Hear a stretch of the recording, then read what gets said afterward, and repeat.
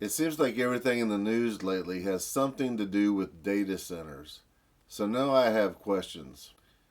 Why are they building so many? How much electricity do they use? How much water do they use? And what does all of this cost to the communities where they are being built? So, why are they building so many of these? Well, as we all know, AI is taking over the world, and some people like it, some people are afraid of it, and some people don't know what to make of it. And honestly, uh, who would know what to make of it? It's pretty open ended. We don't know where this is going to go, and it leaves a lot of questions for the future. What is the future of mankind going to look like with AI? So it's understandable. I don't think we should be afraid of it, but I don't think we should jump in head first at the same time. Now, one of the reasons for these data centers is cloud computing. All the computing will be done in these facilities, and we will just have terminals that we operate from.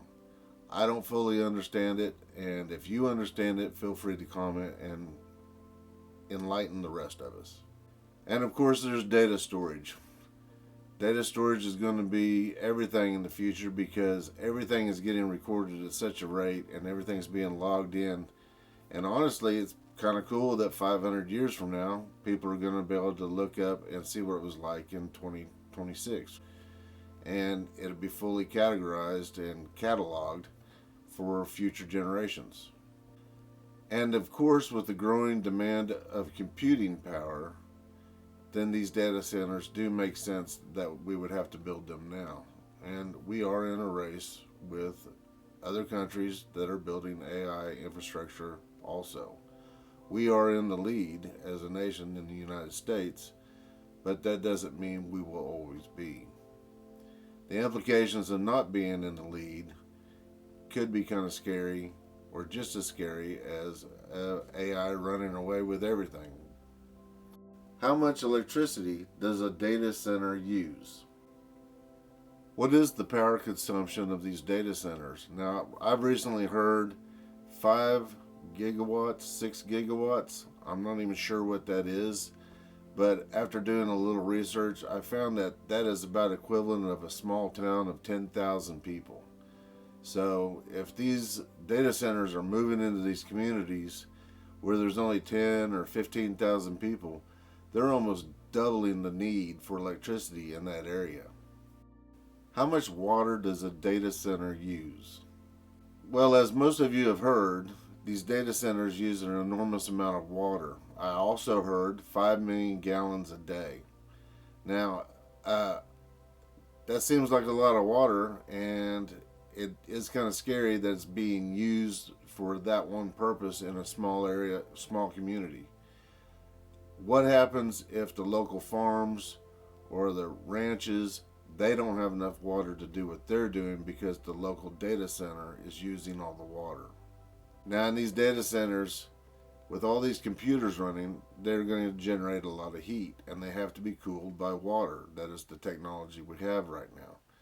So how are they going to cool all these units with the water, keep the water safe? I understand there's a possibility of closed loop systems, but even those systems have to be flushed out every now and then because of contamination.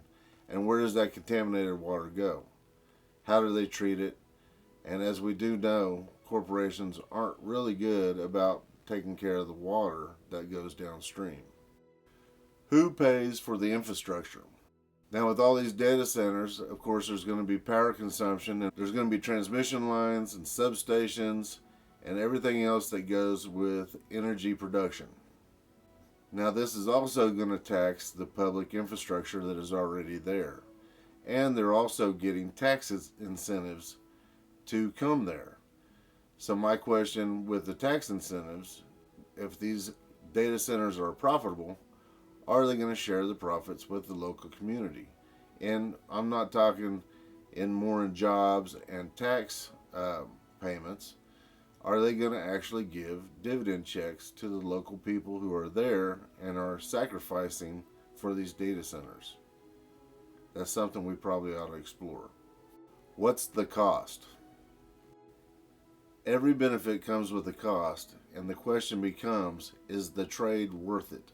Now, on one hand, you have economic benefits from all the infrastructure being built. There's going to be jobs, but for how long and how many jobs? What are the community impacts long after they're built and there's only a few people working there? And what are these long-term consequences of these large data centers being built in these small communities? Now, this video isn't about being for or against AI. As a matter of fact, I've used AI. It's cool. It shows a lot of promise, and I think we should just go into this being open-minded, not being afraid, but understanding that this is a new leap forward for mankind. It's about understanding the questions. Before communities make decisions, and before we decide how much AI we want in our lives, we should probably understand what we're trading it for. My other observation is that these data centers and AI are coming whether we want it to or not. So how are we going to embrace this change, and what are we going to do with it? Because I don't think there's anything that's going to stop it at this point. And the best possible outcome is that everybody benefits from this data centers and the AI, and maybe the corporations need to share some of their profits. After all, if they're getting tax incentives to move into these areas, that is taxpayer money that is helping to fund them to make their profits. Hey, if you don't mind and you like this content, go ahead and subscribe to my channel, please. And don't forget to give me a like and give me a hype too. I'd really appreciate it. Thank you.